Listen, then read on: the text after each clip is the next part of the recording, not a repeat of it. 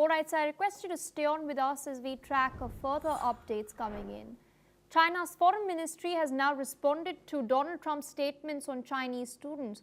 He has said that the Chinese ministry now hopes that the US would follow through on Trump's statements welcoming Chinese students and stop quote-unquote unprovoked harassment, interrogation and deportation of Chinese students. This comes after the US president earlier said that US colleges will struggle without Chinese students amid backlash after he suggested he could let 600,000 Chinese college students into the country as part of trade talks with the economic rival. Let's in fact listen in to what the Chinese Foreign Ministry has said.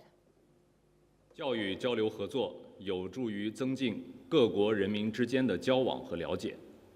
我们希望美方将特朗普总统欢迎中国留学生赴美学习的表态落到实处，停止无端滋扰、盘查、遣返中国留学生，切实保障他们的正当合法权益。 All right, there we've heard China's response to Trump's latest statements. Andrew KP Leung still with us on the broadcast. Interesting development coming in.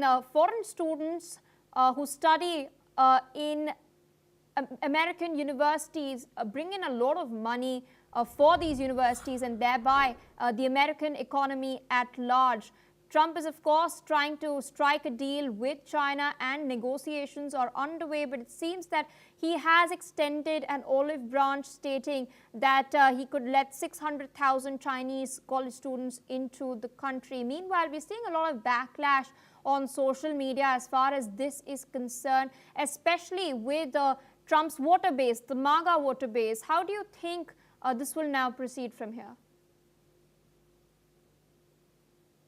I think that the Chinese university students has been the greatest foreign student cohort in American universities, especially in the field of the STEM, science, technology, engineering, and mathematics field.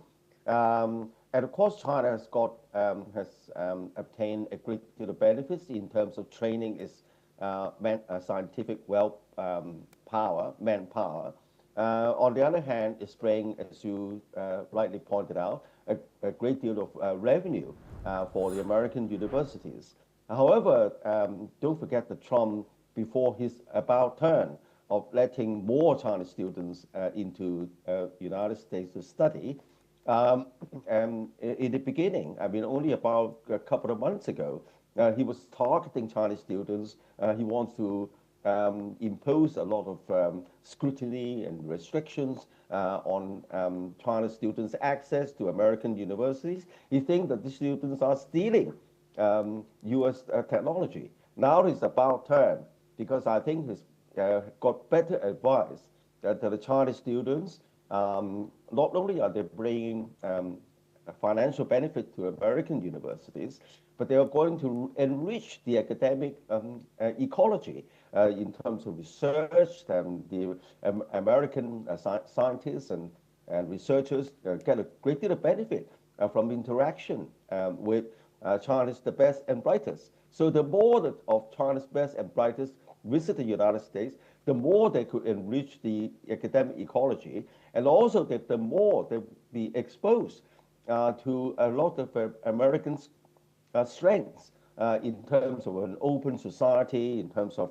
its values, and that would, of course, in turn, influence China's domestic politics. So I think it's got better advice to really open up the floodgate for Chinese university students. All right, sir, I'd like to thank you for joining us on the broadcast.